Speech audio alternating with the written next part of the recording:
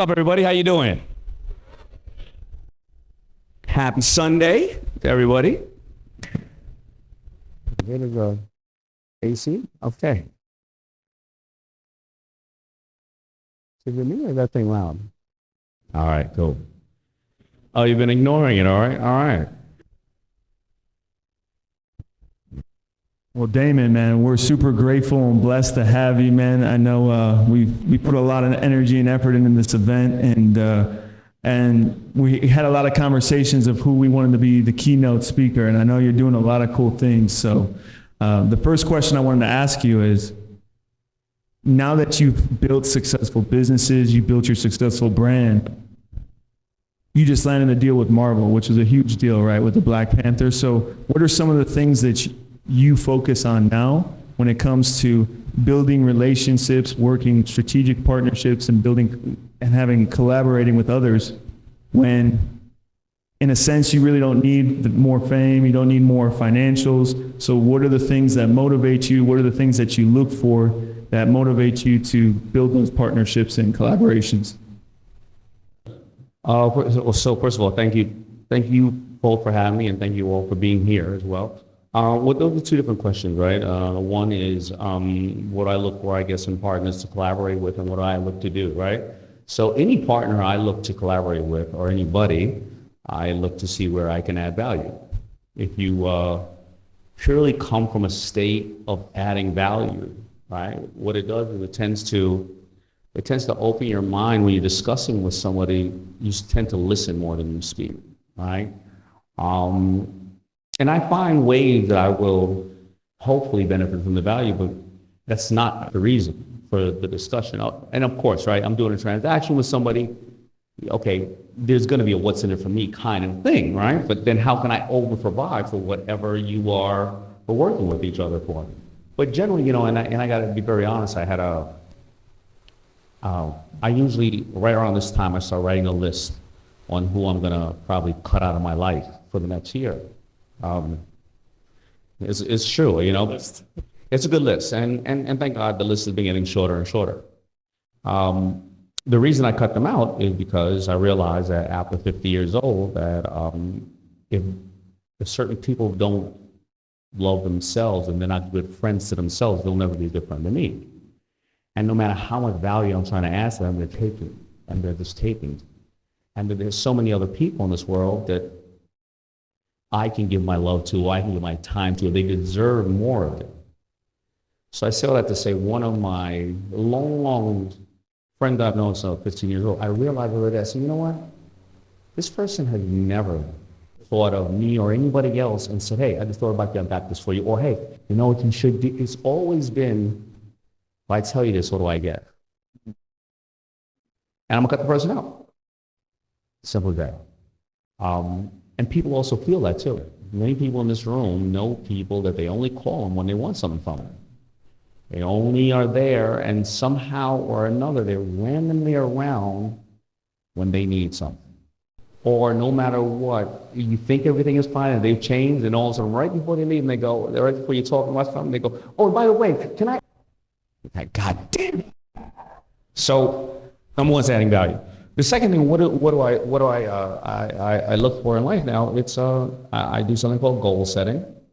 We can get further into that, and I really have to reflect on what do I want to accomplish.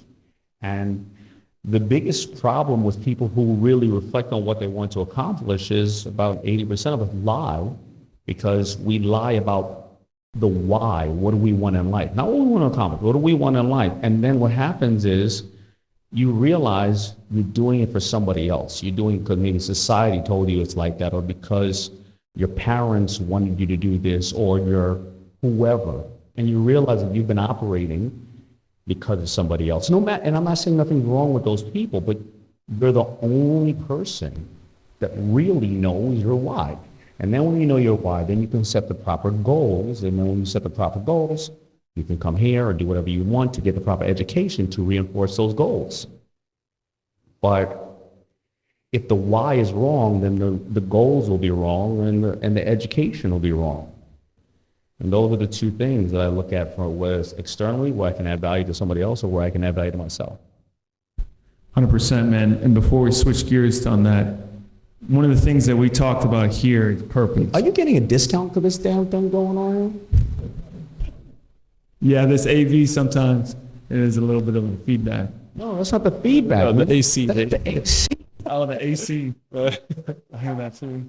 We're going to negotiate it in. We'll let them know.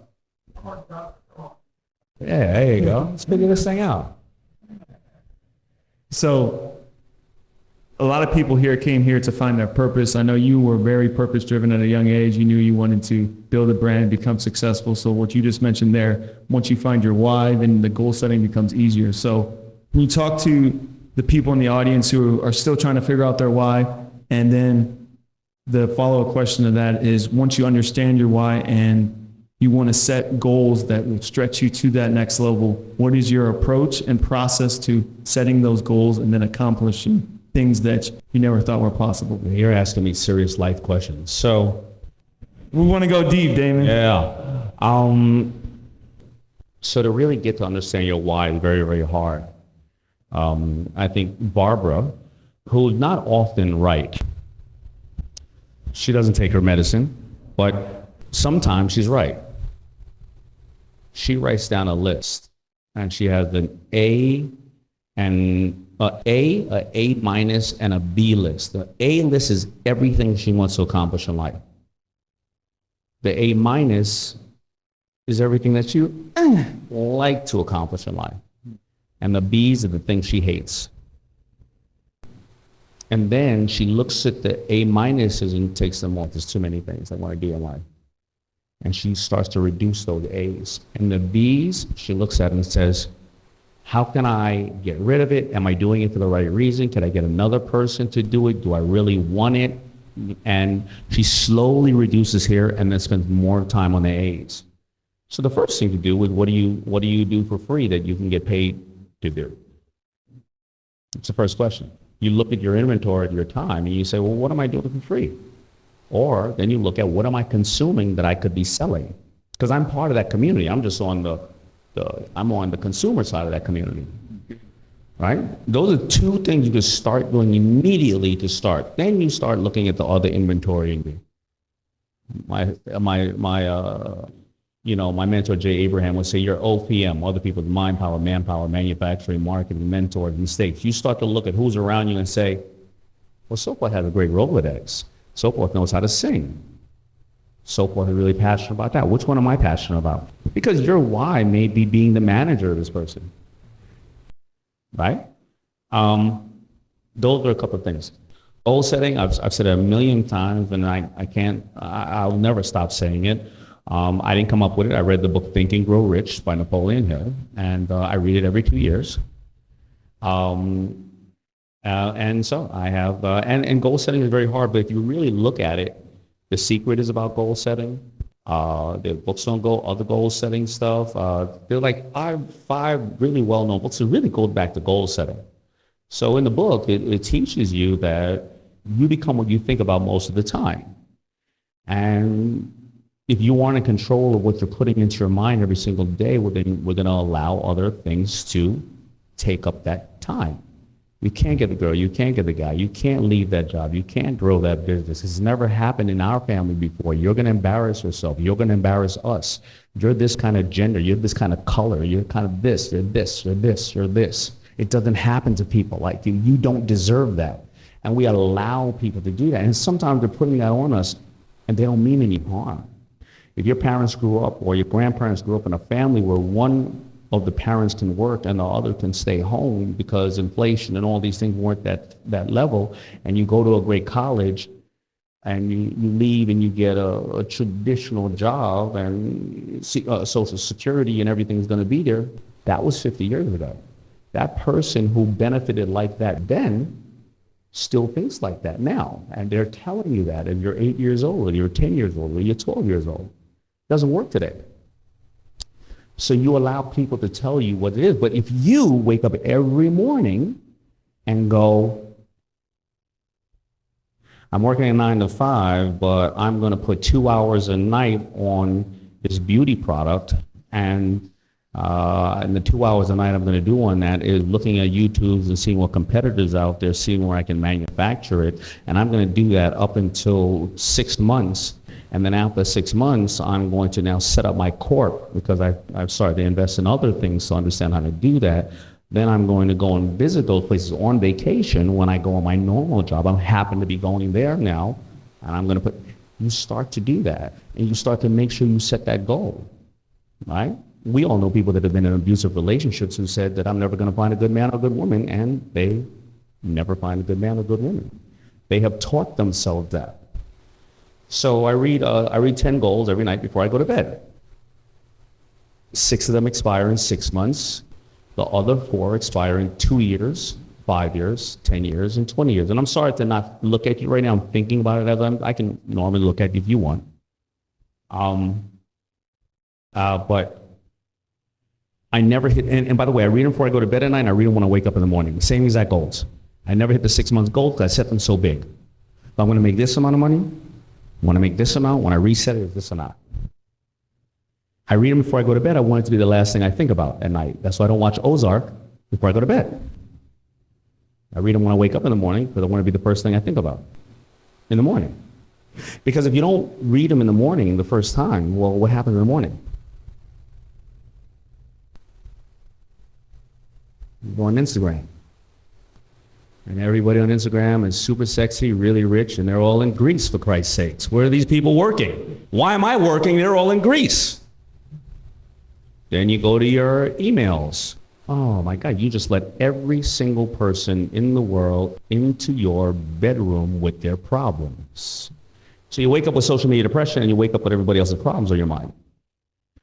But if you take that hour, and I wrote a whole book on Rise and Grind. It wasn't about goal setting, but I studied everybody, massive amount of people. That most people, I happen not to do one thing. Most people exercise in the morning. And I know we were talking about faith, but whether you call it yoga, whether you call it meditation, whether you call it praying, they pray to a higher being. The higher being within themselves are here, but they are answering to somebody else, and they are putting the onus on when they do it. And so when you're meditating and or you're reading those goals, you're saying something.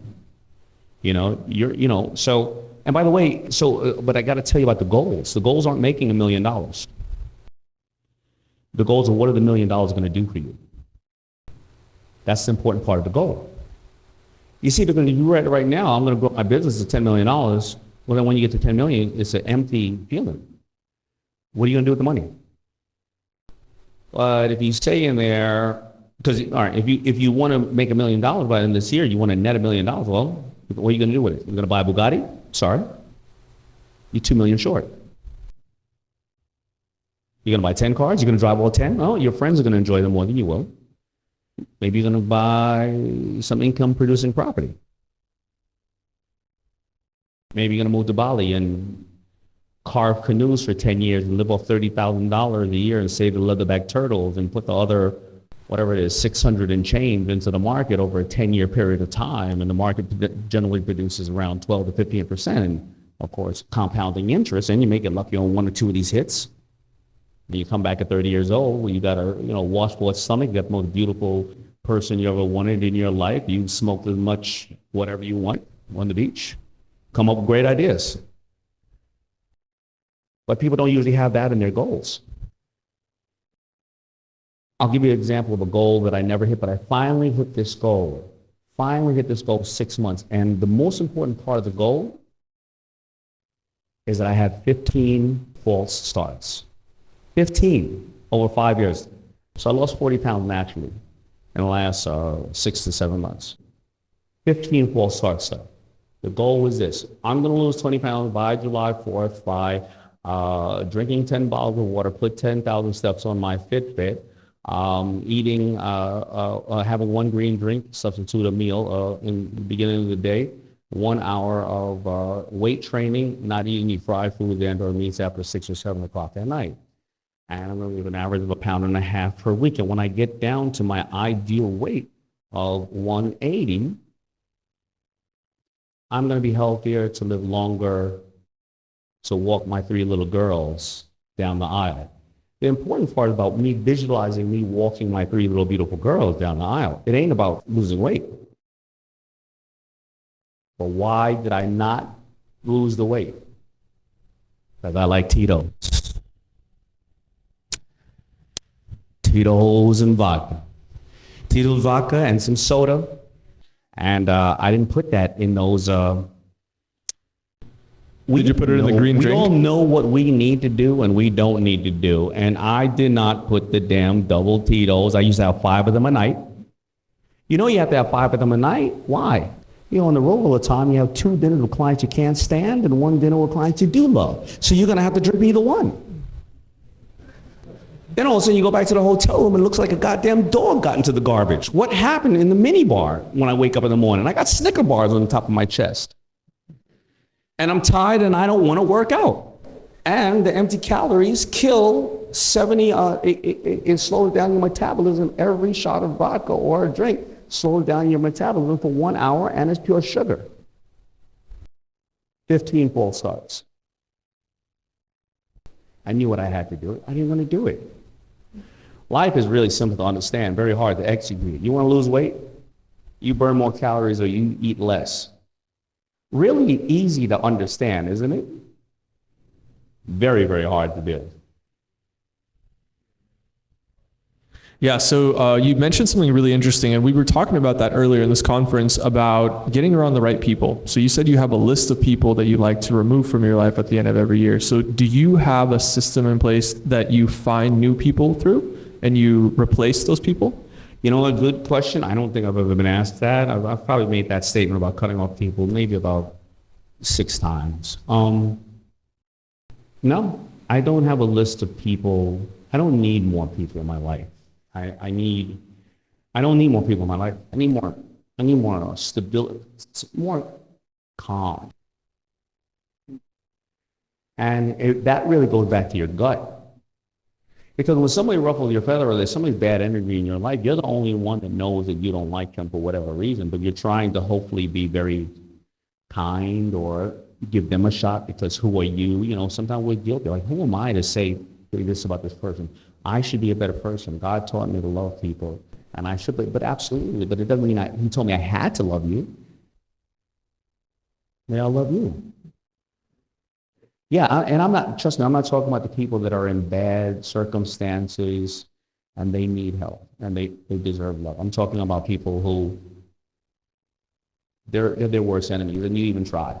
But yeah, I don't have a list of, I do have somewhat of a list, but it's not new people. It's just, can I spend more time with my little girl, more time with my mother, more time with other people in my life who've been there. Maybe I wasn't there as much for them, as much as I should be. And, life is short. So strengthening the relationships that you already have. Strengthening relationships, that's the beauty. Listen, COVID created a lot of horrific things, but the beauty of it is a lot of people saying, I love you now to each other, right? And it feels good. Yeah. Absolutely. So investments, right? You get inundated with investment opportunities, deals, different things of that nature. So what are some of the things that you look at in investments right now in your stage of the career? And also, too, what should someone look for in investments when they're just starting off as well? Yeah, well, what I look for is way different than often what other people look for because it's looking, maybe not. It's just I happen to have a larger flow of it. But it's where can I add value? Where can I ensure? Investments are money, but you can protect your money by being able to put yourself in more strategic planning and things and bring more value through it. So the investments that are generally just a money play, I don't do unless it's the market, right? Because if I go into the market, I put money in there, Elon Musk or Steve Jobs. Steve Jobs is dead, by the way. He's not going to call me to help fix a computer. So I either win money I either make money or lose money, right?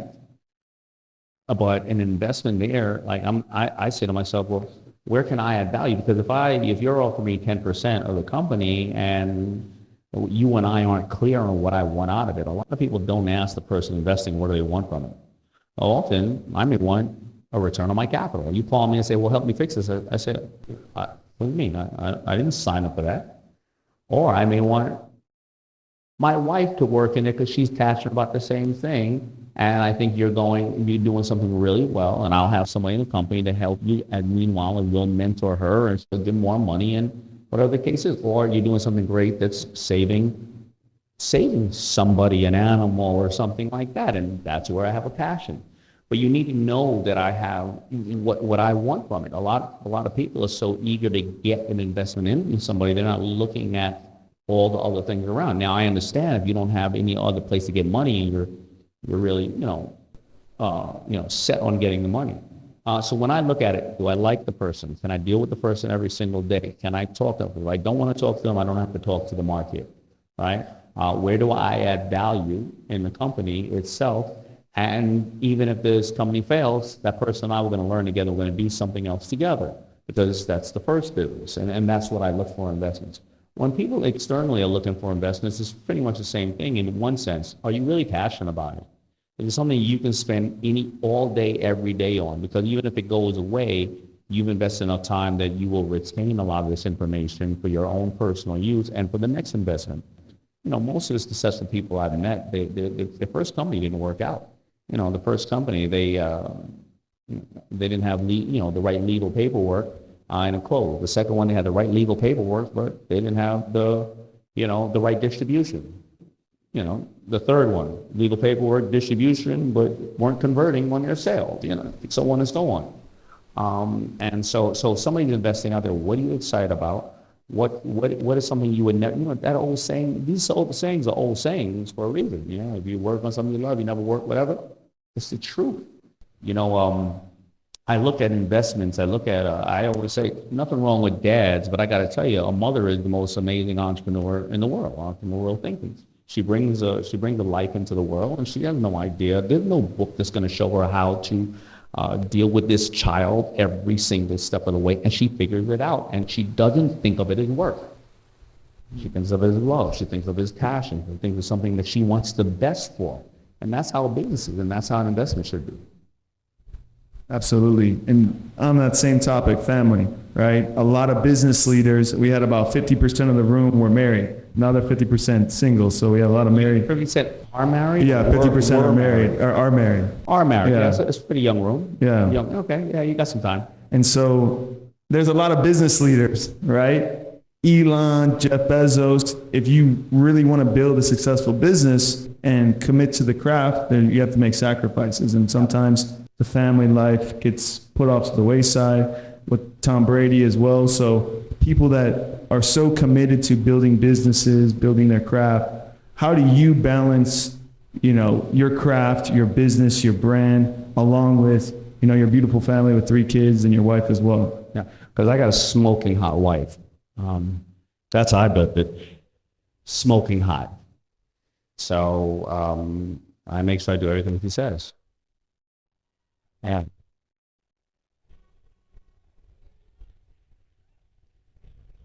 But that's my second wife. That's my wife in the first row. She loved that answer. That's my second wife. The first wife, same thing happened.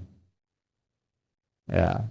The first wife, that's what happened. But, so I lost my wife. My first wife left me and took everything. No money. Took her love of my 2 little girls away from me. One of my best friends, I remember her calling me saying, I didn't leave you because I don't love you. I left you because I do love you. You're not setting the right goals anymore. You're hanging out, drinking, and partying. You're 6 months overseas. I've never seen you. I'm 25 years old. I got 7 houses to take care of. I got a staff of 30. I go to the hood where we're from. I tell them, oh my God, I cut myself while I was cooking dinner. I got to get 8 stitches and it hurts. And they say, you're rich now. It doesn't hurt. And in our community where we were living at the time, we didn't understand a 25-year-old Dominican woman with 2 little girls and a 30-year-old African-American who made baggy jeans for the music industry. She had no way to talk to us, so she left. But she reminded me that she was going to be my best strategic partner ever, and she was never going to bring another man in her life until our daughters were 18 years old. And in return, she said I had to go out there and I had to pay my tithes in the sense of speaking to people and not being the guy with the gold chains in the car and saying, oh, this is how it is. And to explain to people what it is to be an entrepreneur, what it is to be a small business owner, all the challenges you'll go through. But you know, as a parent, I don't think any parent, even if I was even if I was one of these amazing men and women that are cleaning up the streets so we don't have diseases, work with a sanitation department, I'd still work overtime. I still would be spending the same exact amount of time because I would sleep in a refrigerator box just like every single parent in this room to make sure my little girls had what I never had. So it's all now about how are you taking the same exact time and just making more, right? Because the worst thing ever is to do all the sacrifices and you still don't even have the resources for your family to have the right medicine, for your families to be able to go to the right schools, for your wife to be able to drive a car and be at the mercy of being on a subway with strangers or various other things. You want to be able to provide those things. So it is about focusing, but the sexiest thing you could ever do with your wife, and I never did this with mine, is set goals together with her at the beginning of the year. Or not your wife and your husband together collectively, because often, you know, when you get married, what happens is, you know, you start off this relationship of loving each other and wanting to be with each other. And now when you bring some life in the family, well, then what happens, right? You come home after work and you and her and whatever, we're talking about, oh, the baby's sick, oh, this, you got to do this, we become working within a system and we don't even get to enjoy each other anymore, right? And then we don't even know what each other wants out of the relationship anymore. We forget that because we're so busy serving the children. And, you know, you have to work on it. Communication throughout, whether you're business partners or through your friends and through your, you know, your relationship is key. And sometimes people grow apart, you know, but unfortunately, and I don't hope that, I don't wish that on anybody, but the reality is, yeah, I had to, now my wife and I now, you know, we talk about everything and, you know, we find common ground. You know, she knows her place in a relationship. I know my place in a relationship, and it'd be the one of us got a little confused. We talk about it. You know, and you're still gonna have challenges, but it, you know, it will happen. Love that. Thank you so much for sharing. I think that's really helpful for a lot of people. No, Okay. not married. I'm learning. I'm just taking notes here. Yeah, no problem. Goal setting. I love that. But Wait, how many people here are married? Okay, all right. Got it. About 20% of them. I think it's like 40, no? No, look like about 20%. Okay. I think the rest of their significant others are at home, so they're not raising their hand. Oh, yeah, maybe. No, I'm just kidding. So anyways, back to investing. I do have a quick question for you. So as we move into this interesting time in the market, crypto's down, the market's down, everything's like turning upside down. What are some sectors that are interesting to you? Like for me personally, I think renewable energy is super interesting. I want to look into plays in that sector specifically. Is there anything that you're looking at? Only things I love. Only things that I'm excited about. Period. Every single industry makes billions of dollars. There's no industry that doesn't make billions of dollars. So I went to the mall the other day, and I got some fundamentals of what I look at. I invest in things that if it went away and would disrupt my life, then I'm going to invest in it. You know, so I don't care what we say about Zuckerberg, but if he decides to turn those things off, what's going to happen? You can't find your pictures for the last 10 years. Or you can't just quickly like grandma's picture and not have to go over her house or go to dinner or can't market on there. So Instagram, and they're a company of acquisition. So WhatsApp, Instagram, and they have 2 billion members who are the data and the cash. They ain't going away. If Amazon went away, no, hold on. If Amazon went away, I can get out of my house in the morning because my wife wouldn't have boxes up to the ceiling. Well, you going to get back in the car and start going to the mall? Oh, well, I'm sorry. They own Whole Foods too. Oh, they own the security in our neighborhoods. They own Ring. If Uber went away, you know the last time a black guy caught a yellow cab in Manhattan? So these things go away. Those are the things I invest in. I got into Shopify. You know the retail doesn't know where it's going these days. They don't know where they're going to be, but everybody has a Shopify account. I bought Shopify at $28. It went to $1,900. The market right now is 40% off. If you show some people in this room Mercedes-Benz, a brand new one for 40% off, you're buying two. Apple. Oh, come on. Apple. I went into the mall the other day. Worst experience and the best experience I've ever had in my life. Pull up. Hey, man, you want to put your car in the front? Extra $100. No, why do I want to put it in the front? Aren't you valeting it? Yeah. Why does that be in the front? I walk in the mall. These kids are running around, and I'm with my wife. And these kids are running around. They're doing things on Instagram, and they're just trying to do things for Instagram, and they're like trying to scare my wife and run around scaring people. And I'm not a fighter because I practice the three most ancient forms of self-defense: running, telling, and if I have to, I'll bite you. I was about to bite these kids in the mall. They were annoying as shit. I'm like, what are they doing? Like, leave me alone. Then I go to the store to spend a lot of money. Guess what I got to do? I got to stand online to walk into the store because of all the smash and grabs. Then I go to Apple, and my God, the line was it was crazy. I mean, we were buying phones at $700.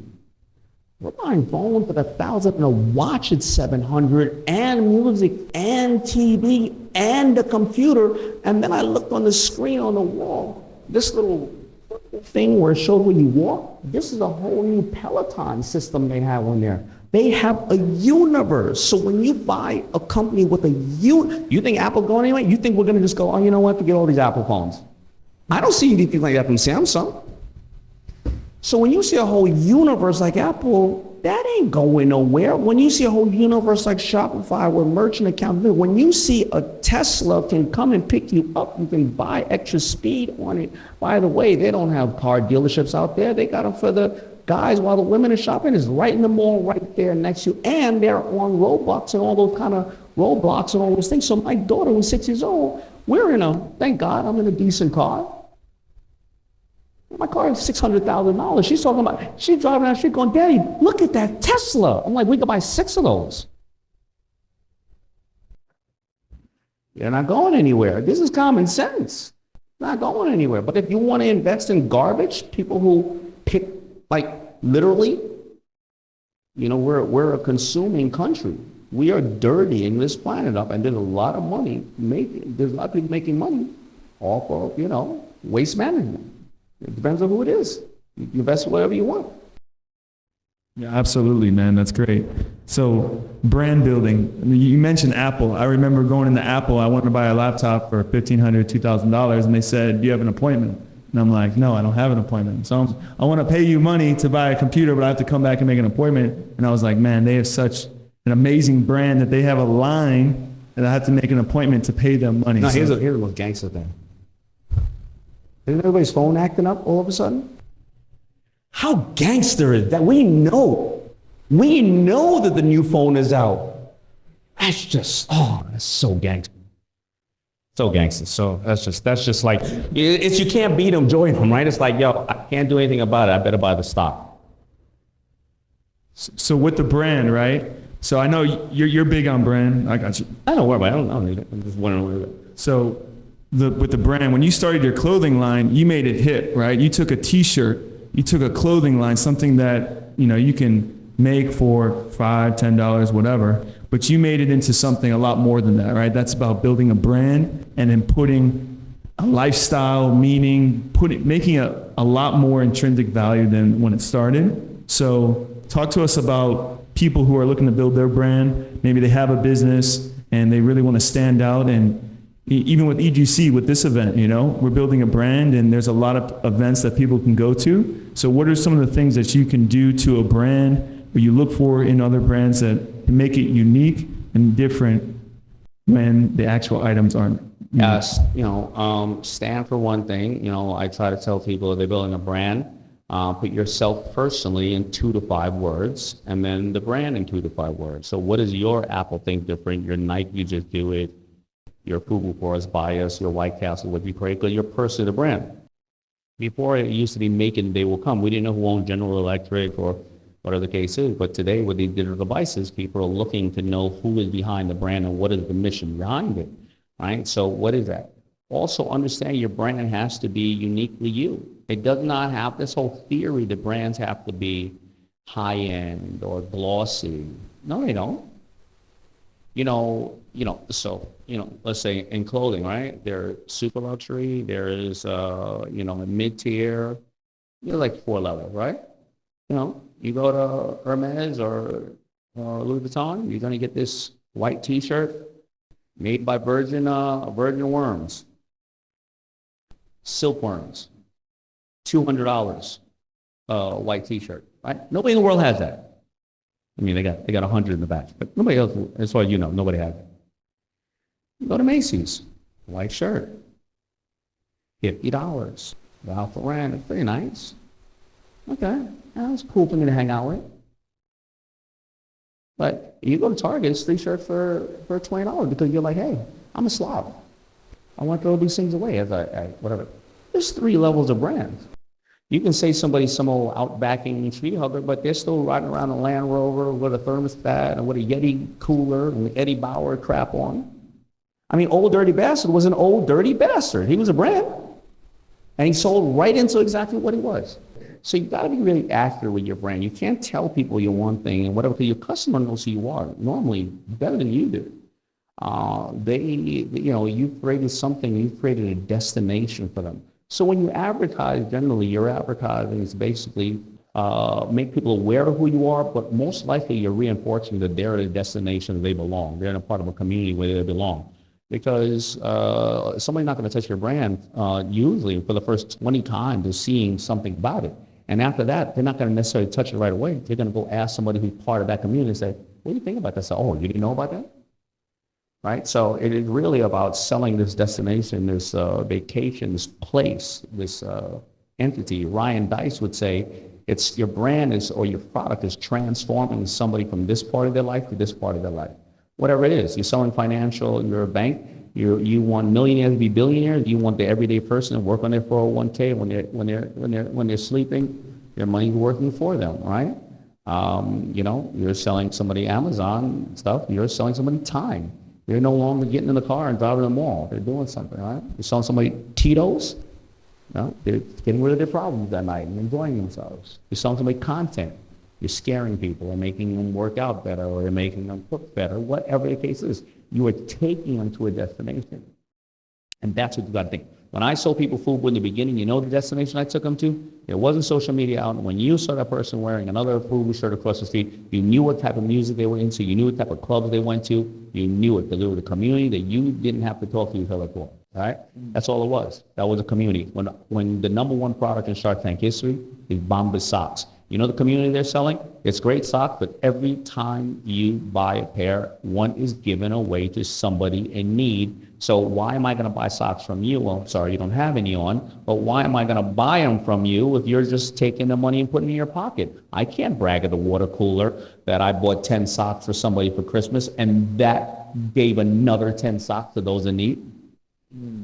It is a community. Whatever the angle is, you're selling a community, a destination, a place to be. I love that. You're tying it to a bigger purpose. It's more than just the brand. I love that. So we have some starting entrepreneurs in this room. Are there any books that had a big impact on your life? Do you like to read? You said you have what entrepreneurs? We have beginner entrepreneurs and investors in this room. In my life? Yeah. So in your life, did you have any books that really changed your mindset in a positive way towards investing? Oh, of course, man. Well, first of all, my mother, of course, but a teacher who believed in me. A teacher believed in a little brown dyslexic boy. A store owner, I swept up the store up the candy. He was a veteran. He served our country, and there was nothing called interning in my neighborhood. I just swept up the store for candy. But the heroes in the neighborhood, they don't, you don't see them. They're not wearing medals. They're wearing overalls. They're shoveling, snow. They're in front of their stores. They're in the church. They're teachers. They're firemen. And he showed me how I just know him. I saw him how he looked at his customers with an eye. Sometimes he'd give credit. He wasn't a rich man, but he'd say, hey, if you don't have any money, don't worry about it. Take the bread home to your mother. Come back tomorrow. And a little candy store owner, if he can stay in the hood for 20 years, he dealt with the same thing, inflation. taxes, competitors, back and forth. My father left when I was 10. I would never see or speak to him ever again. The man that my mother, she didn't marry him, but I still, till today, call my stepfather, happened to be able to do his faith. His brother was the lead attorney for fighting for the release of Mandela over here. And, he told me something. He told me that love doesn't come to color and gender. White people are just as crazy as black people are. And I love them, and I still love them for that. Those are my teachers. And now I learn from everybody. Except for Kevin O'Leary. I learn from everybody else that I'm around. Except for Kevin? Except for Kevin. And Kevin. No, what about any books? Do you have any books in specific? Of course. Think and Grow Rich by Napoleon Hill. I read all of Tony Robbins' stuff when I was coming up. The Greatest Salesman in Babylon. Of course, Idio Robert Kiyosaki stuff. I read a lot of books on hypnosis and subliminal advertising and stuff like that when I was coming. I found it fascinating how the subconscious mind can't filter out. So I read a lot of stuff on body language and various other things like that.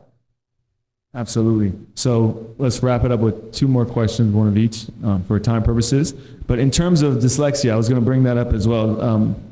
You've overcome a lot of obstacles, right? I think you had cancer as well that you overcame, and dyslexia. So, thank you. Thank you. Thank you. How did those moments shape your life, change your perspective on life, and after you overcame it? I guess there's two things with that. How do you overcome those adversities, and how did those moments shape and change your perspective? Yeah, so overcoming dyslexia, I didn't know I was dyslexic until I was in my late 20s. So I just figured it was a challenge, and I didn't know what I had. So I think the gift of it, how many people here are dyslexic? Anybody? 1, 2, 3, 4. So by the way, 20% of this room is dyslexic. Just so you know, 8 of the 12 sharks are dyslexic. 7 presidents were dyslexic. Einstein was dyslexic. 45% of entrepreneurs are dyslexic. 80% of professional chefs are dyslexic. So how many people here are dyslexic? I'm going to ask you again. Anybody else want to say it? All right. We only got one more after that one. All right. We'll talk about that later.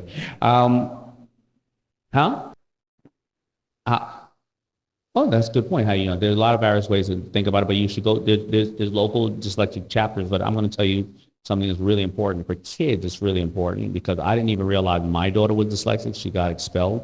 I was very, very hard on her. I thought she was being lazy, but she's dyslexic. Now, also 40% of the people incarcerated are dyslexic. Because what happens with a kid, when you're in the second and third grade, the two things, lack of hearing or dyslexia, one of them can be fixed with electronics, obviously, hearing, right? But because there's no pill for dyslexia, you can't get a pill for ADD, ADHD. If the drug company are making money off of the pills, well, what they're doing is they can give more pamphlets out and more education, set up more curriculums. But a kid being dyslexic, you're going to have to just learn a new way. Reading is fairly new to the human species. We've only been reading technically about, I think, like 1,000 years, right? And we've been around for 1,000,000, whatever the case is. But when a kid is in the second and third grade, they don't want to do this. Huh? Then if they don't have the great resources around them, they go outside and somebody says, I don't think you're an idiot. You want to stand on this corner and make some money? And that's what happens. So I learned I was dyslexic. You know how I learned I was dyslexic? When BlackBerry pagers came out. I started emailing or texting people. They were like, what the hell are you saying? Because before that, remember, only people who read my writing was the teacher who gave me an F and a couple of girlfriends, and now I know why I didn't keep those girlfriends when I wrote them a love letter, because they couldn't read it. Other than that, nobody else knew. So, so Chauncey and I, where's Chauncey at? There you go. He is the dyslexic king. So if you have a hard time when you're watching navigation on your phone, if you go into the hallway, every time you get to every time you get out of the elevator when you first get your room key, anybody here end up at the hallways at the other end of the damn hallway? Because you're like, God, who said this? I hate being dyslexic. Me and Chauncey, we'll be in a hotel for an hour on the same floor looking for the room. Yo, Chauncey, you see it? I don't see it. You see it? I don't see it. You read a book, first 2 pages, you get really tired. your brain is using more of your brain to process the information, is making you tired. Yeah. So anyway, but I'm not saying, listen, I'm saying that because if you have children in your life somehow, you should do that. You'd ask me another question though, I'm sorry, about Yeah, I was saying, how did when you had found out you had cancer and Cancer. yeah, how did that shape your perspective and change things for you? I reevaluated things. You know, when I got cancer, when I was told I had cancer, so I go in, the 1 hour surgery to take a nodule off my thyroid becomes 5 hours. The doctor said I took out a mass about this big, it's rock hard. I said, is it cancer? He said, I don't know, I got to get it tested. I said, come on, you do 300 of these surgeries a year. You got to get it tested. You don't know what it is. He said, and you know doctors. Nope, don't know what it is. Got to get it tested. So it's going to take 2 weeks. I go home. I make sure all my stuff is in order. I say, you know what? I'm at this time. I'm 49 years old. I'm like, you know what? My mother's still alive. I don't want her to see me. I don't want to bury my mother. I'm good. I don't want to. She's going to break my heart if I have to bury her, right? My 2 oldest girls, they're great girls. And my youngest, she was at the time 2. She's not even going to know who I am. And my wife is super hot. She's going to be married in a week after I'm in the dirt. All right, no problem, right? So let me go. You know, I've lived 10 lives. Let me start closing down these businesses and enjoying myself. And then I looked at him and I said, you greedy bastard. No mother should ever bury her son. Why should I be selfish like that to let my mother bury me? My 2 oldest girls are beautiful people. And didn't I say I want to walk them down the aisle? My 6-year-old, who's going to defend this little girl? My 2-year-old, who's going to defend this little girl once you grow up? And guess what? I do sleep next to a hot-ass woman every night. I should be grateful. I changed my mindset in 2 weeks come to call him. I forgot why he was calling me. He called me, and I was like, hey, what's up? And he was like, oh, yeah, I got your report back. A report for what? And he said, yeah, you know, it was cancer. So I was like, oh, that's right. I forgot you were calling me about that. That's how the mind works. Isn't it crazy? Because if your mind was working the other way, if you felt you were sick or you felt something was detrimental to you, all of a sudden you have all these ailments of being sick because you keep making yourself more sick. Good. Yeah. Thank you. Awesome, man. Love that. So The thought is it. So as we wrap up this event, we've talked a lot about investing and mindset and purpose and all these things. Is there anything you want to leave our group here with, our community, as they go into 2023, as we wrap up 2022? Is there anything you want to say to inspire them, encourage them, and help them level up their lives? I don't know. Well, I talked about the cancer, so early detection is extremely important, of course, for you and your family. If you lost somebody in your family, don't let that suffering go in vain. Go, whether it's you or go get that hard-headed sister, brother, whoever it is. Go make sure they get that colonoscopy, endoscopy, pap smear, mammogram. 65% of or the things that are out there, if you catch it in time, you can beat it. But talking about entrepreneurship, it's an amazing time. You can digitally touch the world, but everybody can digitally touch the world. So you got to out-hustle everybody. You have to out-hustle everybody. Affiliate marketing, that OPM is so great. I didn't have a phone. I didn't get to people, you know what I mean, at that time. Now you can get to anybody in the world. Plus, everybody can get to everybody in the world. That's the problem. Gotta out-hustle people. And do not think that you need money to make money. You do not need money to make money. That's probably really hard. How many people are right now, very honest, are like, come on, seriously? What are you talking about? Seriously, raise your hand. Just raise your hand. All right. And I understand why. But 65% of lotto winners and athletes are bankrupt 3 years after winning the league or winning the lotto. I mean, leaving the league or winning the lotto. 65% of them. That means money never helped them. 65% of Forbes' top wealthiest people in the world are self-made men and women. Money never helped them. Do you see Ford buying Tesla, the kids from Ford? You see the kids from Ford or Carnegie or the Mellons? You see them buying Instagram or any of the big companies out here? The first generation makes it, the second enjoys it, the third will destroy it. That's what happens, period. Because money actually cripples them. The number one reason why small businesses fail is overfunding, believe it or not. And you may think, overfunding, what are you kidding me? Yeah, because you go out and get a $100,000 loan for this new store you have. So you sign a 7-year lease on a store when you just need a kiosk. You get a $20,000 website when you need a $1,000 Facebook page. You watch too much goddamn Shark Tank and you're sitting there saying my margin need to be 50%. So you buy $30,000 worth of goods. Your first goods are never going to be good. They're going to be inferior. Now you got $30,000 worth of crap. You didn't come here, but you're all of a sudden your conversion on your campaign is poor. You think buying billboards are going to increase your campaign? You just got more crappy campaigns out there. Money actually highlights your weaknesses. Once you start with that mentality, I don't need money, then you're on to something. Because you don't want, and then by the way, when you walk up to people, you're like, yeah, I want to charge $30,000. They're like, oh, well, how much you got? Nothing. If they want to work you, they want to work with you. But if you're like, yeah, I got, all right, $5,000 a month. I'm going to do sales for you. You know who they selling? You. Don't have clothing. Any kind of product. Any kind of product. Hey, they definitely want your lotion. Can you do it in coffee smell? Because they don't like what's right now. And can you make the bottle purple? They'll get it the next time you do that. Now they know now they know it takes you 2 more months to do that. And they got 2 more months worth of work.